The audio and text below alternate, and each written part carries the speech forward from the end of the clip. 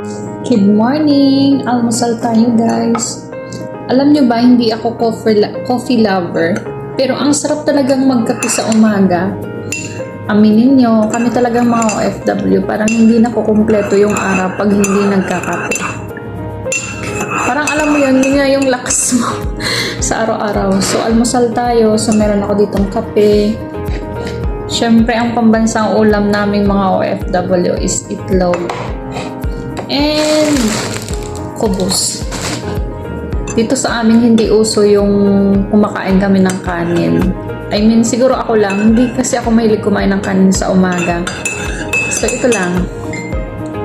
Itlog, kape, syempre, saka yung tinapay. Ito yung tinapay dito namin sa Saudi. Kubos. Tara, kain tayo guys. Sarap nito. So, ayan. Ito guys, paano ito pinakain? Hinahati ito sa gitna. May dempay. Tapos ganito lang. Ganito din sila kumain dito. Ayan, papalaman mo lang sa loob.